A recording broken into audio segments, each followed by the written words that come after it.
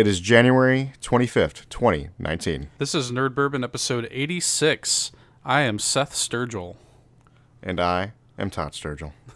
I'm trying to make it more of a clean break between my first and last name because I'm named like I'm a fucking Stan Lee character with the alliteration.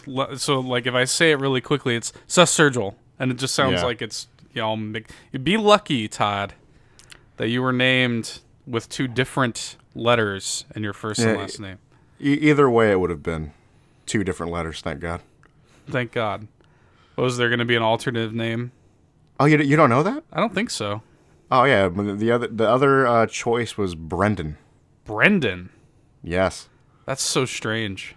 Yeah, I don't like it. Like, I think that I can't remember. I think my mom, if I was going to be a girl, she was going to name me Hope, which is now my little sister's name. But I'm not sure if she had any alternative names for me as a boy. Yeah, the only guaranteed name for me was my middle name, from what I remember, which is I knew it was always going to be Ian as the middle name. But thank God they went with Todd, because Todd Ian rolls off the tongue. It does. I you know, it's funny. I like my first name, don't get me wrong. You know, like I didn't like it when I was growing up, but now that I'm an adult, I like it. I don't know that many other Seths. So it is kind of nice. You know, I have a relatively unique first name. So I'm happy with it, but it does make it annoying when you have to intro a podcast every week. Nah. I've only ever met one other Todd in my entire life. Oh, good. Well, there you go. I've actually met a few Todds. I've met a few. I couldn't tell you exactly how many, but I have definitely met, I would say at least 4 or 5 other Todds. I can see it. But anyway, right here at the top, I want to talk about a couple of things. First of all, this episode is probably going to be a little bit shorter than we're used to. I mean, I say that, but watch it still end up being a long one. I don't know, guys. We're just winging it this week. My internet has been really shaky today. So I'm kind of nervous about, we had a couple of things planned for what was going to be a pretty long show, and I don't necessarily want to do that anymore because I'm just not 100% certain that my internet is going to be stable enough to record a long episode. So you may get a little bit of a shorter episode than you're used to this week, and for that I apologize. But hopefully it'll still be good. The weather has been pretty bad down here today, and so it's been really messing with my internet and electricity and stuff like that. So I just don't want to risk sitting here for an hour and a half, you know what I mean? And then like having power drop or internet drop or whatever the case may be. So we're just going to try to get through it, do a shotgun episode this week, and hopefully still provide you some good content. We still definitely have some news to cover. So we'll see where the podcast takes us, Todd. We will float on the wings of a podcast this week. Another thing real quick that I wanted to shout out before we get into it, our friend Ivy has a Kickstarter that we are both backers of. She, in essence, is trying to get a couple of pin designs that she's been working on off the ground and trying to produce some high-quality enamel pins on Kickstarter. I think, what is it at, 26% right now? It's something like that, yeah. Yeah, so by the time you're listening to this, there's a little over 2 weeks left. The pins, again, you know, she's got great designs that she's been working on. They're very cute, most of them. She's got a really cute, like, kissy face Magikarp design and a kind of love Pokeball design that are, you know, perfect for Valentine's Day. And she's got some Final Fantasy designs that are great and some Princess Mononoke designs that I really like. The Princess Mononoke ones are actually spinning pins, which was very cool. I don't know that I've ever seen a spinning enamel pin, so I was that was an easy sell for me. I mean, you know, Ivy's a really cool person. She's a talented artist, and she's been working hard on some of her art, and I would like to see that hard work rewarded. And, you know, I know it seems a little bit lame to like talk about your friend's Kickstarter on your podcast or whatever, but I wouldn't here's my thing. I wouldn't give anything my backing if it wasn't a product that I actually thought was cool. You know what I mean? Mm-hmm. Like, I wouldn't take advertising on this show if it wasn't for a product that I endorsed, which is why MeUndies, I think you need to... I swear to God. MeUndies, I think you need to give us a call. But no, I mean, look, Todd and I are both actual real backers of this and putting our own money on the line. This is something that we actually want. And, I want to support her. I want to support her art. I want... and it's not like she's not asking for that much. It just needs to be signal boosted. So that's what I'm doing here. So, like I said, it's at like 26% on her Kickstarter right now. There'll be a link in the episode description. And just check it out. I mean, even if you don't back it, if you could at least give her a share, that would be great. Just needs more eyes on it because the product, I think, speaks for itself. The pins are like I said, very high quality enamel pins, 2 of which are spinning pins. As I said, just very adorable designs, and she just did a really good job with these. So she's got 6 designs here, and she's just trying to get it off the ground. So if you guys could give her a back on there, if you're interested. If you're not interested, if you could at least share it with somebody who is, that would be great. So anyway, just wanted to throw that out into the ether, Todd. Todd, what have you been playing this week? Well, some Monster Hunter. No. Always. I feel like I'm just going to say it even if I haven't played it. That's the new Skate 4. There's just shouting Monster Hunter out. Always and forever. Other than, I'm playing the little bit of Monster Hunter, I've been playing an asinine amount of Diablo. Yeah, you were talking to me about that today. Diablo just has the right shape for you right now, right? It does. It's like on days where I'm just like a broken husk of a human being, like Diablo kind of fits the bill. Like it is a perfect experience for me. I just brainlessly play that game. Like right now I'm like casually fucking playing like Torment 6, where it's like has enough of me being brain dead, but I kind of need to pay attention a little bit. See, somebody's listening to this and being like, ugh, Torment 6. I know, fucking you piece of shit. You noob, fucking... Torment 6. But we had, I mean, I have my Loot Goblin amiibo that we jump on every day and do our vault runs. Mm-hmm. And then I continue to play after that usually.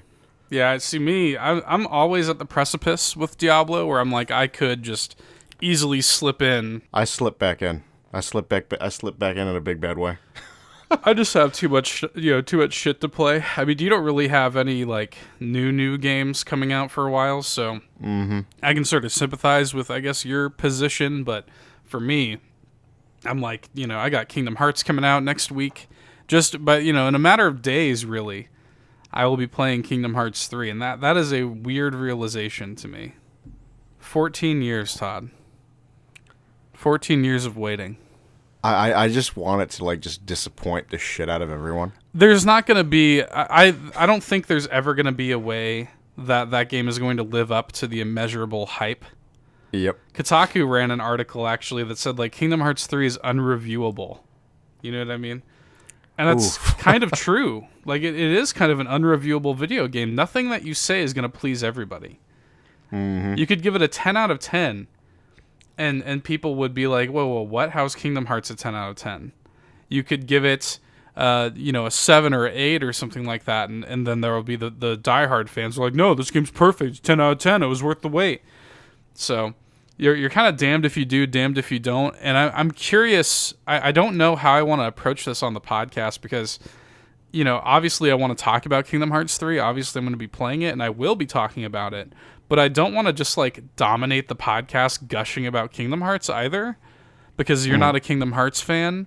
So I don't want to just, completely overtake the podcast. But I am going to talk about it, and I am going to, obviously I've been a Kingdom Hearts fan from the beginning. This game is a long time coming for me, and I'm very, very excited. I can't believe it's like actually coming out. It's so weird. That's like the strangest thing. But I think the next game that you're probably going to be playing is like Far Cry, right? Far Cry New Dawn? Yeah, that'll probably be the next game that I can think about. I mean, the only other game that I'm like playing right now, I'm wanting to put more time into Hollow Knight.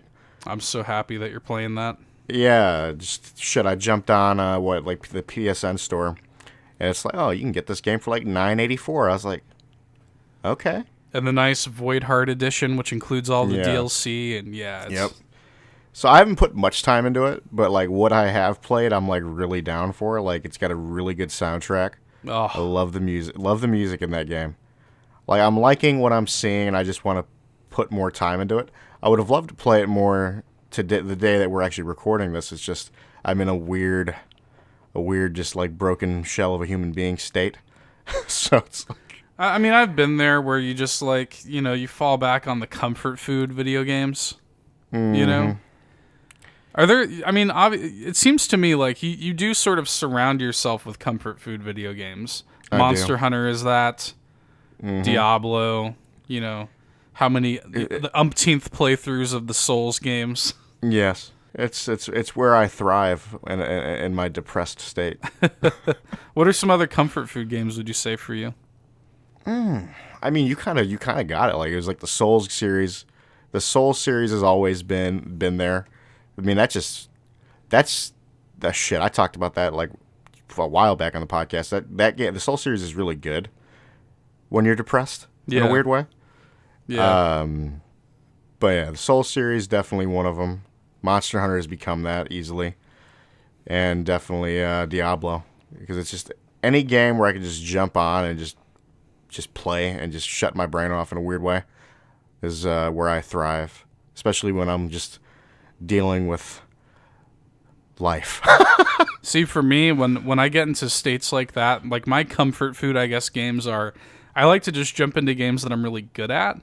Like, Diablo is obviously one of them. Like I said, I can just slip back into Diablo whenever I want, and I just, I love Diablo so much, and, especially now that it's on Switch, it's just so easy to, with the power of the Switch, it's just. But I'm gonna say this right now. Anytime you bring up the Switch, I need that set by the power of the Switch. It's just so easy to jump in and play some Diablo, and I mean like I said, I'm always on that precipice of just like, if I don't just do my vault runs and jump off, I could see myself sinking another 30, 40 hours into that game. Mm-hmm. So for me, like, I love to, if I'm ever in a weird state where I just want to do something I'm good at, like I'll play Pac-Man. Pac-Man's a big one. Like, I always have a version of Pac-Man readily available for that reason. I respect that. To just jump in and just brainlessly play Pac-Man when I'm in modes like that. Zelda is another one. I couldn't tell you. Weirdly enough, it's not my favorite Zelda game by a long shot, but I can't tell you how many fucking times I've probably played through Ocarina of Time. I must have played through Ocarina of Time like over 100 times in my life. Yeah. Because it's just, again, it's that comfort food gaming. Like, I could just totally jump back into that and just remember everything. Fits like a glove. You know what I mean? Mega Man's another one. Like, Mega Man 2 and 3 especially. Like, those games they just feel right. Like, it was like I said earlier, it just has the right shape. You know what I mean? Yeah. Those games just completely gel with you. And they just feel right when everything else feels wrong. It's like something I've actually thought about recently, just because it's like, I remember when I did the Dark Souls remastered Let's Play on the YouTube channel. It was like really good for like my mental health. Yeah. To replay that game. It's why I've been actually thinking about doing another Dark Souls Let's Play on the YouTube channel. Of which game? Oh, this will not be good for my mental health, but I think it'd be funny. Is doing a oh no, Scholar I know of what the you're gonna First say. Ship. Oh no, don't do that, Todd. The main reason I want to do it is because I wanted to just constantly shit on the game while I'm playing it. I mean, would it be funny? Sure, it would be funny. That's not going to make you less depressed. Oh, I don't know. It's like just on the pure content, I feel like that'd be entertaining. Just because it's just, I don't hate Dark Souls 2. I do hate Scholar of the First Shit though. Yeah, On that topic, this is just, this was something I was going to dive into when I got into the news, but it's just too good of a segue. I have to take it. Oh. In a recent interview with Game Informer, From Software president Hidetaka Miyazaki, a man that we know and love, and the man that we respect here on Nerd Bourbon. As I've said before, I respect anybody with the name Miyazaki. Game Informer did an interview with him, and obviously the recent release of Dark Souls Remastered has had people wondering, like, is Demon Souls up next? You know what I mean? And I have speculated that Demon Souls Remastered is likely in the works. I don't necessarily know if From is working on it, and it sounds like Miyazaki is a little disinterested in a Demon Souls Remastered. Mm-hmm. While Miyazaki thinks it is possible, it's not something he is personally interested in. I've got a quote from him. Quote, "It's like when you write. When you're younger, you look back on previous work and you think, oh goodness, what was I thinking?" That's the thing with Demon Souls. Demon Souls was such an experimental game. Yeah. It was so weird. Like, you think, because that's one of the things when we were watching, like, Lobos, like, fucking play it on, like, stream, you're like, this game's so weird. Yeah. Yeah, no, and it's funny because you can definitely see the evolution of ideas from Demon Souls carry into Dark Souls. He says here, "It's not that I'm embarrassed, I just don't like to look at my previous work." And he actually says, like, he's not particularly opposed to the idea, but it's not up to him either. It's up to Sony. Yeah. So they still definitely have the yep. Yeah, so it is, clearly, he says here that you would have to see what Sony's thinking about with it. So Sony does clearly have that ball is in Sony's court, it sounds like. I don't know, I think there were, because I would easily buy a Demon Souls Remastered. That'd be like a day one purchase for me. I think he's playing coy here because I think he likely doesn't know. But I do think that Sony probably does have somebody somewhere working on a Demon Souls Remaster. Mm-hmm. The thing is, it's going to be such a weird game if it does ever come to exist. That game is so much more to work with like, when I'm talking like progression wise in that game. Right. The sheer amount of, like, because that's the one thing I've said for years is how streamlined the progression system has become. Right. Because that game is fucking unreal with the upgrade materials. Holy shit.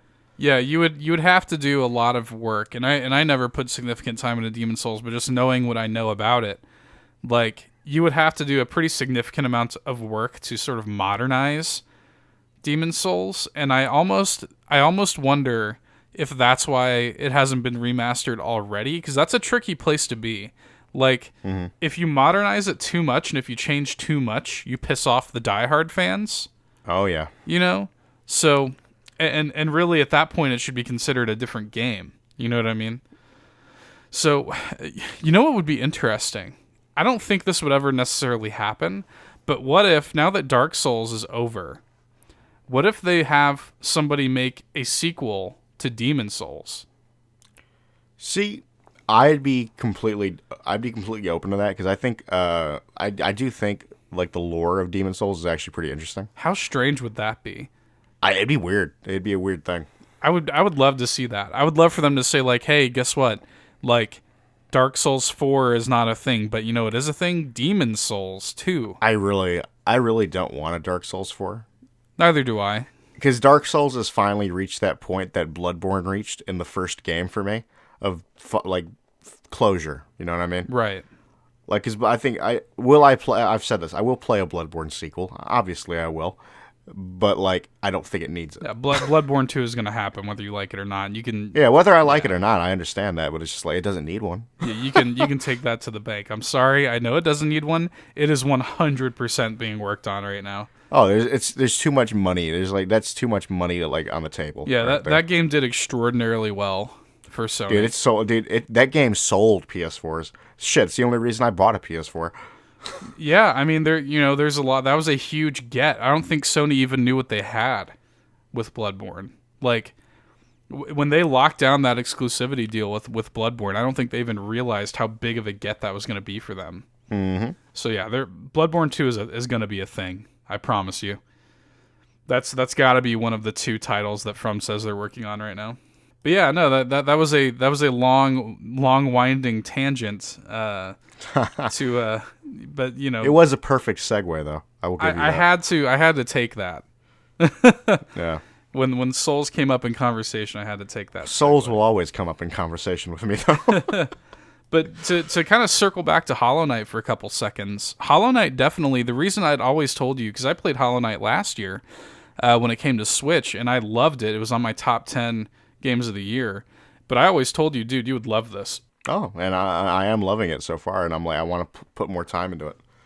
Because it is, while it is like a Metroidvania 2D platformer, combat platformer, it is definitely, it definitely has some strong Souls influence.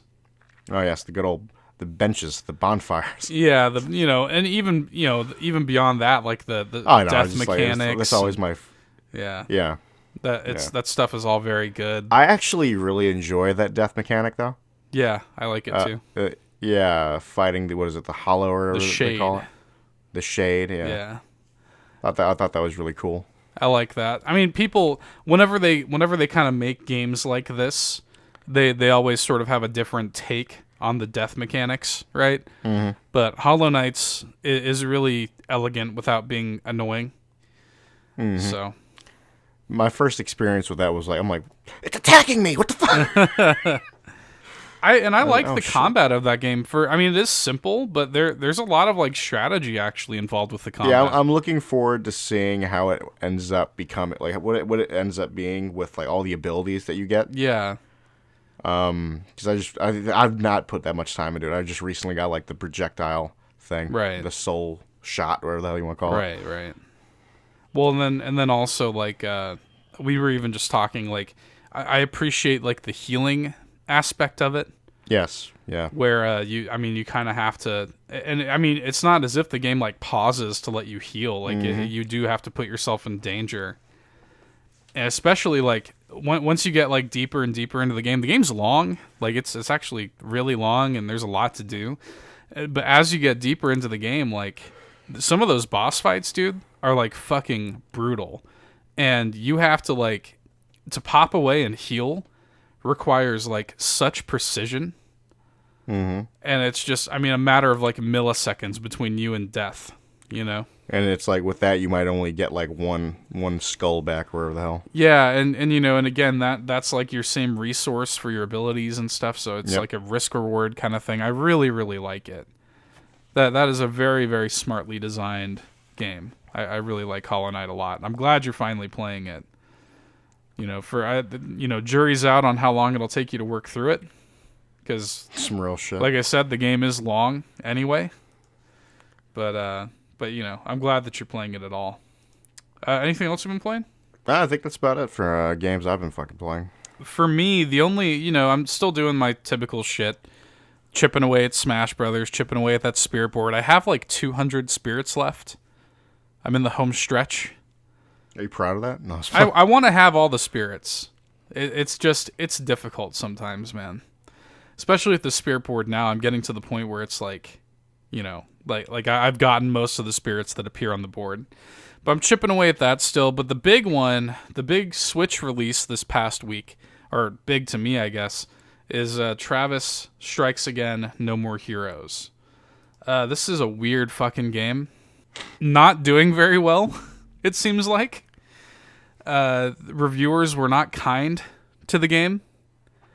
And it also seems like it isn't selling very well, because if the Switch has that great thing on the Switch eShop where you can see like the best-selling games and stuff like that. Not even on there. It's on there, but it's like at the bottom. It like barely charts. Ooh. Yeah. Like there are way smaller games that are outselling it. Damn. So not great, but look, I'm enjoying the game. There's definitely some weird shit in that game. I can understand why the game is not clicking with everybody. I think a lot of people probably expected this to be kind of a proper No More Heroes 3, and it just isn't. It's more of a spin-off connective tissue kind of game. But, what I like, what attracts me to No More Heroes in general is the action The character of Travis Touchdown, the sort of colorful characters, the bosses, the boss fights are a real highlight in this game. And just the No More Heroes, and this is something that nobody really talks about. I'm not trying to say that this is like Oscar-worthy storytelling or anything like that, but No More Heroes does have a fairly introspective kind of sadness to it. Like there is a level of like, you know, yeah, it's like a dumb game where like an otaku is killing people with a beam katana, and like you save by taking shits on the toilet, and you know, you have a blog where you review ramen and shit like that. It's not like, you know, the game's not like deep, but it does have flashes of moments where you're just like, oh wow, like that's actually like pretty thoughtful and pretty sad when you think about it. The game is not super deep. I mean, it's not the fucking Last of Us or BioShock, but it's deeper than you may expect. And this one, Travis Strikes Again, is almost like a top-down, for the most part, it's almost a top-down kind of hack and slash Hotline Miami style kind of game. There are, I think, 7 games, like different games that you can play. The whole sort of conceit is that there is a VR unit that Travis has called the Death Drive Mark II, and it sort of sucks you into the game, and you're trying to find these artifacts within the game called the Death Balls, and you're just sort of working through that with this character Badman. And there's co-op in the game. I haven't tried the co-op, but yeah, I mean, it's, you know, there's some games that work better than others. I swear to God, Todd, there's this game called Life is Destroy. I fucking hate it. It's so bad. What's up with it? It's like, so let me try to describe this to you the best way I can. So you have to essentially, the whole conceit of this game is there is a serial killer that you're trying to track down. And to do that, there is a map of Santa Destroy with like streets and stuff, but they're all like fucked up and like twisted and stuff like that. And you have to work through killing enemies and shift the streets to sort of change the tiles to navigate the world. Does that make sense? Sounds like ass already, but continue. Now, it's not that bad at first, but once you get to the like bottom half of it, once you like, you know, the last, there's like 10 sections to it. Once you get to the last like 4 or 5 of them, they add an extra element, which is this giant skull that chases you around while you're doing this. And if it catches you, it's game over. So it's like, it is so fucking frustrating because like, that's that good shit. Dude, oh my God. I was raging like hard playing some of the later levels because, you know, you don't rage very often, but when you do, I do enjoy the shit out of it because it's so entertaining. I think the last time I heard you rage was with Guacamelee 2. Oh yeah, that was bad. Oh, it was good. It was so good. I love that game, but it was fucking hard in spots. But yeah, no, like so you're navigating these streets and you're changing these tiles to make the street placement right so that you can get to this house, all the while being chased by an instant kill mechanic. Oh my God. Gotta love the good old instant kills. Dude, it sucks. I was just like, what were they thinking, dude? Because they want it to be this sort of like introspective like puzzle game in that moment where you're trying to like, you know, you're flipping the tiles and it's kind of like you have to wrap your brain around which tiles are moving where and stuff like that to get you to where you want to go. And now do it while you're going to die. Yeah, now do it while this thing's chasing you and is going to immediately kill you. Yeah, I couldn't. I was like, oh my God, this is so bad. But all the other games that I've played have been fun. There's like a racing game where you do like a drag race on Travis's Spell Tiger motorcycle, and it sort of looks like Tron a little bit, you know. And it's actually kind of cool because it's a drag race. You don't have to worry about steering or anything like that. What you have to worry about is gear shifting at the right moment. Okay. And to gear shift, it actually feels right, like you're actually gear shifting in a real car because you have to press a button and then move the stick to like turn it as if you were shifting gears. It's pretty cool, and it's kind of hard to wrap your brain around at first, but once you kind of get it going, it works. There's a murder mystery game that was pretty fun. There's a text adventure game that you kind of have to do between unlocks of different games. It's good. I mean, look, my probably my favorite thing about it is the unlockable T-shirts. There's a lot of T-shirts that represent like indie games. So like there's a Hollow Knight T-shirt that Travis can wear. There's a Hyper Light Drifter shirt, an Undertale shirt. Pretty much any prolific indie game has a shirt that Travis can buy and wear. It's pretty good. I respect that. And, like, they actually have, like, some relatively deep RPG mechanics in the game. So there's, like, a leveling system, and there's this, it's called skill chips with different kind of specialized abilities that are tied to cooldowns. It's like, actually pretty deep. The combat is actually really good for it being the type of game that it is. I really enjoy the act of playing it. Like, I kind of wish that all of the levels were just totally combat focused. So, I mean, I enjoy it for what it is. I mean, look, the game is not a full price retail game. It's only $30. So for me, that was an easy buy. I like No More Heroes. I like the world. I want to see more. It seems like there's going to be more. They all but confirm, I mean, spoilers, but at the end of the game, they all but confirm the existence of No More Heroes 3. So, like a proper behind the shoulder No More Heroes 3. So it seems like we will see more from Travis Touchdown, but I wish more people would give this a chance, because while it's not like amazing, it's totally solid, and for me, for $30, like, it's totally worth $30. I don't know. So I just wish more people would give it a chance. But that's pretty much all I've been playing. I'm kind of just whiling away the days until Kingdom Hearts comes out at this point. I do have a couple of news items here that I think we'll get to before we wrap up. I was going to try to maybe squeeze in a topic, but again, we're kind of going against the clock with this weather here, so I don't want to risk losing anything. It's funny because we were talking about this. We were like, shit, are we going to have to resort to like guerrilla podcasting methods? And like, it's plan B. It's plan B. Like, are we going to have to call each other on the phone and like record with us on the phone? Oh my God, that would be so ghetto. And then like, we've never done that before, so we don't know what it would sound like audio wise. I really don't want to do that. So anyways, are you ready for some news, Todd? No. Yeah, let's do it. Are you ready for me to inject some news into your veins? Yes. First bit of news I have here. After the massive billion-dollar success of Aquaman, Warner Brothers is switching focus when it comes to their DC feature films. Did you hear about this? The slow clap. About fucking time.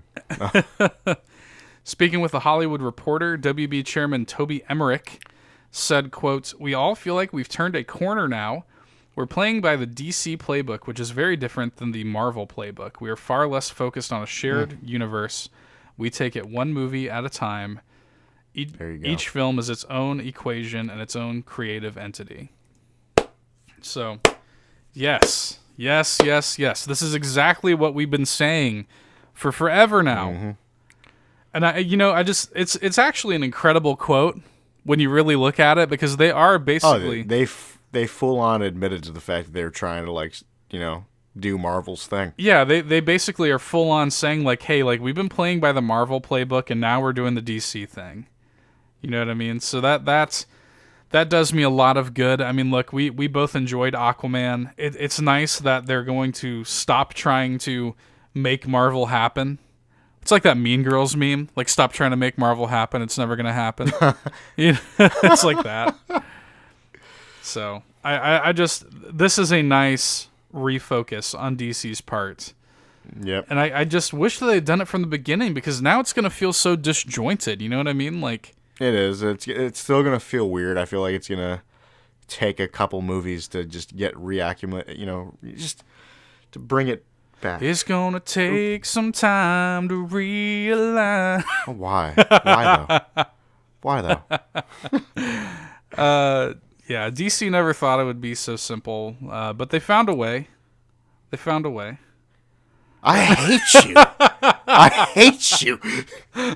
Do you not just because you weren't singing it doesn't mean I don't know the lyrics.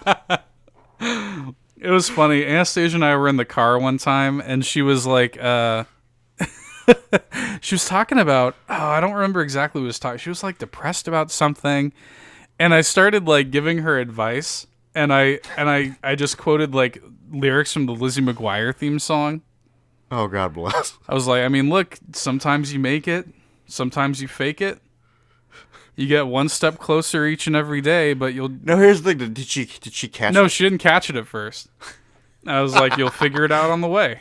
And then she was like, wow, that's really good. I was like, yeah, that's the Lizzie McGuire theme song. God bless. Gotta love me, Todd. Good on DC for doing this. Good on DC for refocusing and sort of admitting that their methods up until this point were incorrect. Wrong and bad methods, Todd. Wrong and bad. Their attempts were wrong. Their attempts were wrong and bad. We squirted them on the face like a bad kitty with a water gun. And now they're shifting focusing on single movies, one movie at a time, Todd. Can I say this? I'm like so ready for Shazam. I am too. That movie looks fun as hell. Dude, that's the thing. I know it's gonna be it's gonna be cheesy as fuck, and I'm okay with that. Yeah, I am very happy that they're taking this sort of approach. But it's like every time I don't want to say Shazam because he was always Captain Marvel to me. Well, they can't do that now. I know. He's my Captain Marvel. Hashtag not my Captain Marvel. But I mean, I kind of like this though. I kind of like that DC has the spaced out movie releases. You know. Yeah. Like, Marvel, for better or worse, I mean, don't get me wrong, I love the Marvel movies. No, dude, they're shitting out the movies this year, I think. But we're getting like fucking like 4 or 5 Marvel movies this year. Dude, what is it? It's like so we got Captain Marvel, we have yes. Avengers Endgame, yes. Spider-Man Far From Home. Is that it, or am I missing something? That might be it. Like so those maybe are the only 3. ones that I know about. Maybe 3. But still, though, they're pretty quick. Like, 'cause I know after Captain Marvel, it's gonna be like Endgame's like within like a month or like 2 months. Yeah, all of those movies are within like 2 months of each other. So that's a little. I mean, that's a little much. I just feel like I get fatigued by some of these movies, man. So it depends. Yeah, those are the only Marvel Studios movies coming out. So the New Mutants movie is apparently supposed to come out this year. Doesn't have an official date. Which one is that one? Is that That's that. I think there was a trailer for that. Is that the one with like Macy Williams or something? I think so. Yeah. And then X-Men Dark Phoenix is coming this year. But of course, that's not the Marvel Cinematic Universe. So yeah. I mean, you know, that is neither here nor there. I'm kind of curious. So is this considered Phase 4 now? This new stuff? Is it now Phase 4? Is that a thing? I wonder if Far From Home would be the first one. Yeah. For Phase 4. Yeah. Let me see. So we've got 3 movies on the docket. So the release dates here: Captain Marvel is March 8th. Avengers Endgame is April 26th, which is like a month and change after Captain Marvel. And then in July, which is just barely 2 months away, is Spider-Man. So yeah, Phase 4 starts with Far From Home. I see. Okay. So yeah, like the final movie of Phase 3 is Endgame. Okay. Future movies here that they have listed on the Wikipedia page anyway is Black Widow, which is actually apparently it's expected to begin filming this year.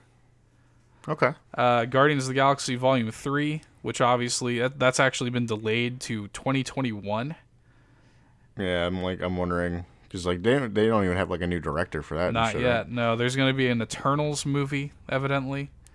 Okay then. Ryan Coogler has already signed on to write and direct a sequel to Black Panther, which was just nominated for a Best Picture award. Did you hear about that? Yeah. Let's just not even comment on that. We don't want to be. We don't want to shoot ourselves in the back of the head for having the wrong opinion. Yeah. Scott Derrickson did sign a deal apparently to return to direct a sequel to Doctor Strange. The plan is to begin filming that in early 2020. And evidently, Blade is coming back. Marvel is working on a script for a Blade film. Oh, shit. In July 2015, Wesley Snipes, who obviously played Blade in the trilogy back in like the 2000s, stated that he had begun discussions with Marvel to reprise his role. Oh, so that'd be interesting. I don't mind the Blade movies. I don't give a shit. Those are totally like guilty pleasure movies for me. Like, I swear. And I honestly think, I seriously do think that Ryan Reynolds' role in Blade 3 is the reason he got Deadpool. You've said that to me before, and I do kind of agree. He's basically Deadpool in that movie. Like, just the attitude, and like he essentially is playing Deadpool in that movie. So, anyway, little Marvel pit stop there. The next bit of news, I got a sad bit of news here. The Machinima YouTube channel is effectively no more. Yeah, I heard about that. After being acquired last year, the entire channel and all of its content has been made private and unavailable to be viewed. Many fans and former creators, including folks like Rooster Teeth's Bruce Green and Felicia Day, have taken to Twitter to memorialize the channel with the hashtag #RipMachinima. Well, it's a little weird. Like, I'm surprised they just privatize it all. It's like, shit. Yeah, like, why take that content off? Like, there's so many channels that, like, have, like, ended that they just keep it all up. Yeah. Just for the fuck of it. Just keep it up. Well, like, what are you hurting? Because that's a lot of shit on that channel, you know? Dude, there's a ton of series, like Inside Gaming, that you're never going to be able to see again. Little tidbits of like video game history type of shit. You know, it's like There was a time there where I was like, every so often, and I'm not gonna act like I like kept up with Machinima or anything like that. No, exactly. I'm not same way. But every so often, I would get into these rabbit holes where I'm like, you know what? Let me just bust open a Mountain Dew and pretend like it's 2001 again, and I would go back and watch like those old Red versus Blue and those old stuff that used to be on the Machinima channel, the old like John CJG shows, the Arby and the Chiefs and the and that stuff. And I enjoyed doing that every so often, and now you can't. Well, guess what now? It's fucking gone. It's gone. It's gone. It's all gone. Felicia Day made the point. She did a Dragon Age miniseries to sort of like coexist with the Dragon Age games, and now that will never be viewed by anybody ever again. Damn. So it's sad. I mean, to me, I'm just sort of like, damn. It's like the end of the era. Like Machinima was a big deal once. Yep. You saw that logo fucking everywhere for years. Oh, I swear. So sad. R.I.P. Machinima. Like I said, I'm not going to pretend like I was a huge fan, but I cannot ignore its relevance. Mm-hmm. Last bit of news I have here. Gary Whitta, screenwriter of Star Wars Rogue One, in addition to several movies, comics, and video games in and out of the Star Wars universe, recently appeared on an episode of Kinda Funny Games Daily, where he shed a little more light on Visceral's canceled Star Wars game project Ragtag. He saying, I wrote that he shed some more light. That's kind of incorrect. He didn't really like reveal anything that we didn't already know, other than to say, quote, "I saw a bunch of that game and it looked terrific. After it was canceled, I saw a bunch of stuff. I saw what they had up to that point. It was far from finished, but it looked amazing. It would have been Star Wars Uncharted." Mm-hmm. Which is what we kind of always thought it was going to be anyway. Yeah. He went on to say that if he were an EA shareholder, he'd be, quote, "fucking furious" at the way the Star Wars license has been, quote, "catastrophically mismanaged." Mm-hmm. He added that he was privy to knowing that EA was saying that they didn't want to make Star Wars Uncharted. And he said, quote, "Well, maybe don't hire the narrative director of the Uncharted games to make it for you and figure out what it is you actually want." End quote. What a fucking mess. What a fucking mess. What's actually happening over at EA? You know what I mean? I swear they need to get like that shit needs to just end, and they need to get that license over to somebody else. Needs to rescue Star Wars. Like, so hashtag save Star Wars, dude. Like, Somebody needs to rescue that Star Wars license and actually make some fucking video games with it. Holy shit! Can I tell you something funny? What? I don't know. I don't know if you watched Boogie's video recently. No. He said something. He actually was talking about like the Star Wars shit, like this thing, and he's like, just give it to anyone, give it to Ubisoft, Bethesda, or some shit. And another YouTuber I watched did something funny with that clip. Okay. When he said Bethesda, it's like I felt a disturbance. Well, maybe don't give it to Bethesda, but yeah, it's like no. Well, look, I mean, at least Bethesda would do something with it. They might not do something good with it, but at least they'd fucking do something. You know what I mean? Yeah. We've had 2 Battlefront games and a fucking mobile game since 2013. Ugh. We're starving here, Todd. It's depressing. It's really depressing when you think about it like that. It really upsets me. It deeply upsets me as a Star Wars fan. Look, you know, Jedi Fallen Order is supposed to be coming out this year, but I'm just like, ugh. I need more. Yeah. There were some rumors recently about Jedi Fallen Order. Did you hear about that? Oh, no. What's going on? I didn't hear anything. There was a guy on Reddit. As I'm talking about this, let me see if I can pull this up. There was a guy on Reddit who said that he attended I guess he says that he works in marketing. And he says that he was at some sort of marketing meeting that Disney held to talk with marketers, and he was privy to knowing. So they talked about some kind of details for Jedi Fallen Order. The game is being led. We already knew this. It's being led by former God of War 3 director Stig Asmussen. But this guy, which he's just got a fucking unreadable Reddit username, XYZSVTABC. Just a throwaway account, I guess. Yeah, it's definitely what that is. Yeah. So I can't find him. Yeah. He says that he obtained this information attending a 2019 Star Wars marketing presentation by Disney. He says that the game is going to take place 5 years after Revenge of the Sith. Okay. Players will take control of a former Jedi Padawan who survived the initial purge of Order 66. We knew that. The main character, he says, is going to be called Cal. And he isn't going to be alone during this time. Relies on a mentor-like figure named Ceres. He says that fans of the franchise should expect to see plenty of cameos from characters in other media, such as Sith Inquisitors. He actually, I think, name-dropped the Night Sisters from Dathomir. Nice. And he actually says that you may expect to see Darth Vader and some characters from Star Wars Rebels appear in the game. Oh, that's cool. Which would be cool. He says that the game is scheduled for a November 2019 launch. So we will see. That's pretty much what we've got here. I'm really excited about that game, but I'm just like, fuck, like show me more of it, you know? Mm-hmm.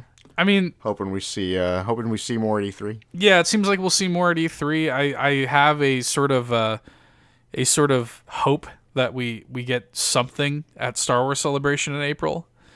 Aimlessly hoping that they'll have some sort of trailer or something like that. I'm not expecting to have a fucking demo for us to play, but I just want something. I just want really anything.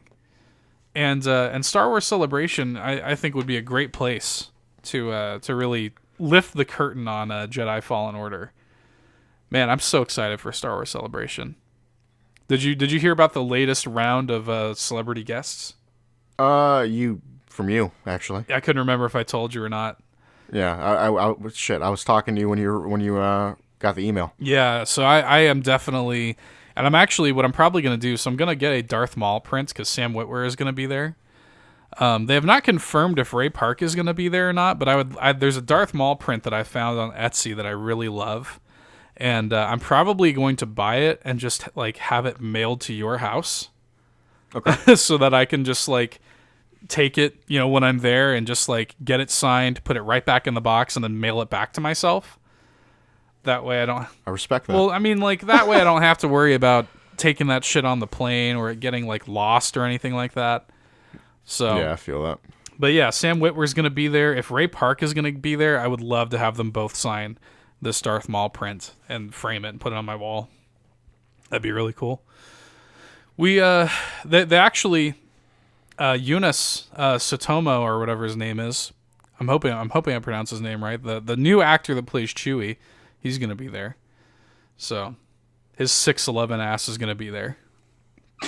So that'd be cool to meet him. But Sam Witwer is the big one from all the ones that I've seen. It's funny because like it kind of made me realize how much value I take in the animated Star Wars shows, like Clone Wars and stuff like that. Because like I got more excited to see like Sam Witwer and James Arnold Taylor than I did to see like people that were in the actual movies. You know, like I'm more excited to meet Sam Witwer and James Arnold Taylor, who was the voice of Obi-Wan in the Clone Wars. That has me more amped up than to see some of these movie folks. So I don't know. Very excited. I'm very excited. I feel like I'm gonna have to bring the field recorder along and get some recordings for Nerd Bourbon on the show floor of Star Wars Celebration 2019. That'd be fun. Do a little Star Wars Celebration podcast, if you will. Put in some clips. Because, when I come back home, I'm sure we're going to do an episode where we just talk all about it. Of course. And I'll have some juicy audio clips to insert to supplement our storytelling. And, I'm really looking forward to it. It's your first convention. I'm looking forward to having that experience with you. It's going to be good. We're going to have a lot of experiences on your trip down to Chicago. What the fuck does that mean? That was creepy. I wanted to make that as creepy as possible. I mean, look, I think I'm even going to introduce you to your first bowl of proper ramen. Oh yeah, that's gonna be some good shit. And then I live in a big city and I just never cared. So like, man, I can't wait. I'm so amped up about the Star Wars and the food and the family, the medieval times. I can't wait. Can't wait. And it's close. We're actually like getting pretty close. We're like a little over 2 months away. Mm-hmm. So, anyway, that's rambling. Todd, you got anything else you want to add before you wrap it up? I think that's about it. What? What's so funny? I'm still laughing about my creepy. Gonna have a lot of experiences when you're up here. You've never had anal before, have you? That's the place you were taking that. All right, guys. That's going to do it for us this week. We appreciate you listening. Catch you next week. Get fucking dunked on. Bye. See ya. Hey there. Thanks for checking out another fantastic Nerd Bourbon video. If you like what you saw and you want to see more, be sure to go ahead and subscribe. Leave us a like. Drop us a nice comment, or I guess a mean one if that's your prerogative. But until next time, get dunked on.